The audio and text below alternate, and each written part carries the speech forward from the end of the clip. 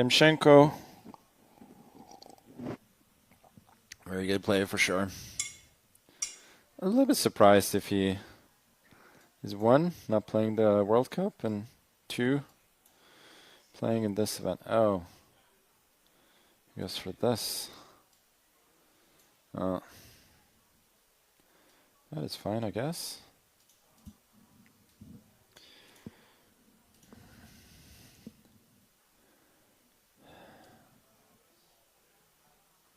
I don't know if h6 is a move. This seems reasonable.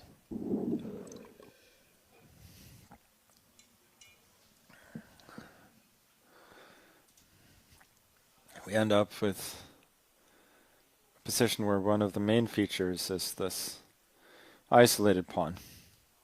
Let's go a6 as well. The idea is to, if he goes for takes in b4, I drop my bishop back to a7, which seems to be a better square than b6, where it can be harassed by the knight.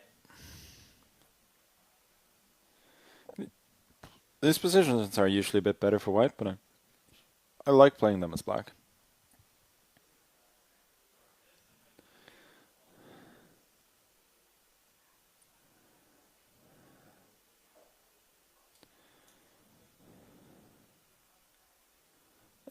I don't love, like usually people go for arrows. Terrible. This is very much like the Tarish defense of the Queen's Gambit. Except that there's a pawn on c2 instead of e2. Usually that's favorable to black, since the pawn on e2 kind of defends the queen side, the king side a little bit better.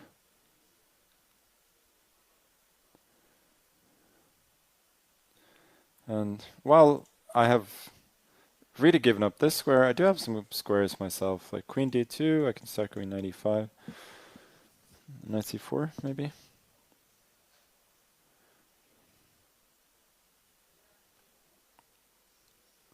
So it's a bishop d7 sometimes, which is an idea that you have from the Tarish defense. Okay, knight a4. Now I think I should definitely go here. Why should I go there? It's a dumb move. Maybe I can go bishop d6. My instincts are not good today. I feel like every move I'm making instinctively is just bad.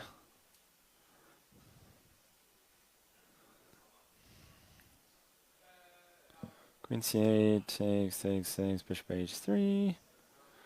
We're going to get square on g4. Should be fine. Unless he has some tactics, but I don't quite see it. Like sometimes in the tower you just, put the bishop here. Let white take the pawn. Because h3 is hanging. You go bishop g4 first, force h3, then you go back. Maybe I mentioned that earlier. I don't even remember.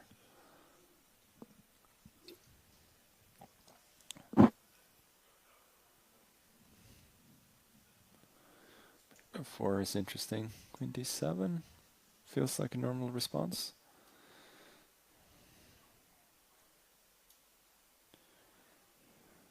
You don't defend against threats, you know? You just create threats of your own. And then we go back.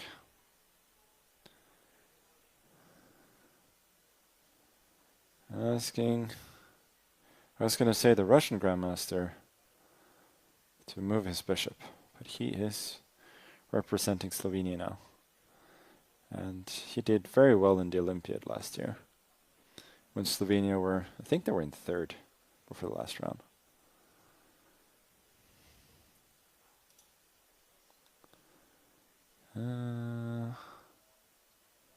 Let's go here.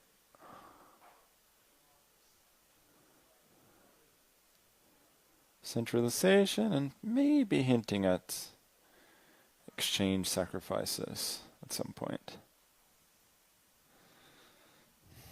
Queen f3. That is puzzling. He's really inviting the knight to go back.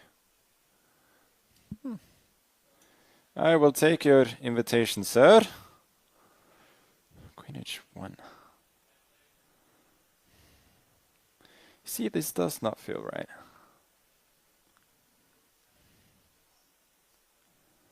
Knight d3. There should be something here. Maybe I'll start with bishop c5. Maybe that just invites trades on the other hand. Damn it. There, bishop f4, bc4, and then knight c4. That seems to work for me. Oh, it doesn't.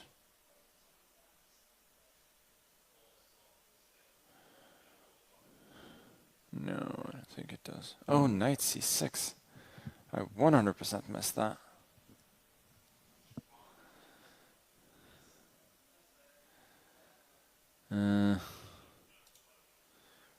This luckily seems to be playable still.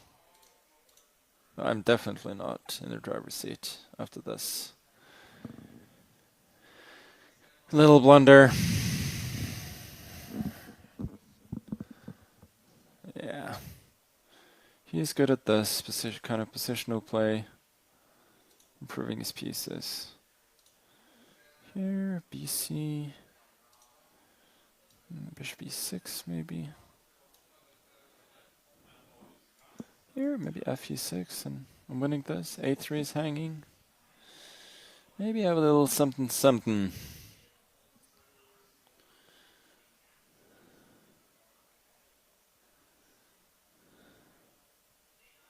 Yeah, I think I am. I think I am a bit better. It's a good thing about blitz.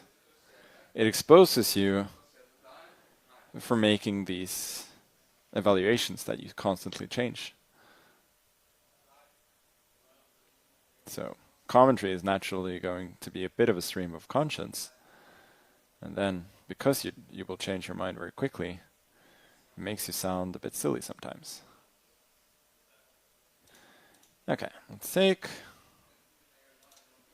and queen a4.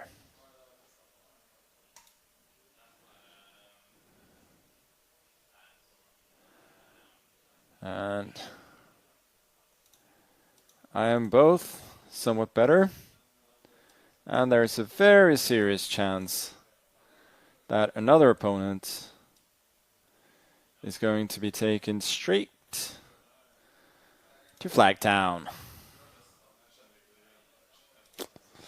King d5. Uh-oh, that was my trap. Now he loses on the board. Actually, maybe he doesn't. King d5, and then king e4. Now I think he loses for sure. Okay, let's take the pawn. Maybe he could have gotten the king to f5. But then he was not 100% clear. Now I think it is completely clear.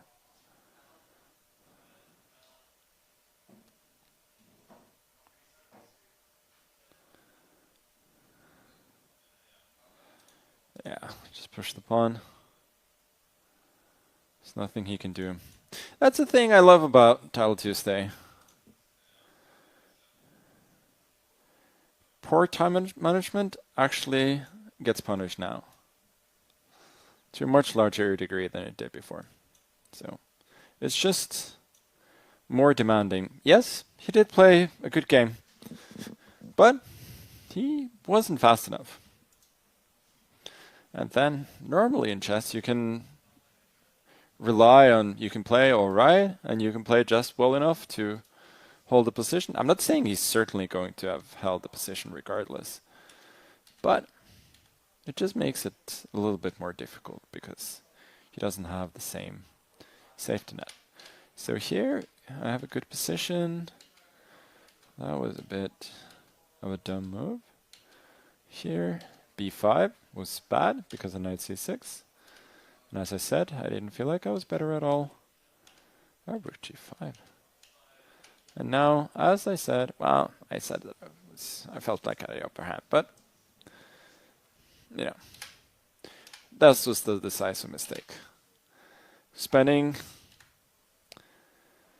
a whole 38 seconds on this move. No good.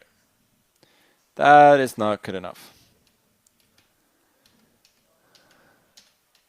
And now, let me just see if this is winning. Takes, king d5.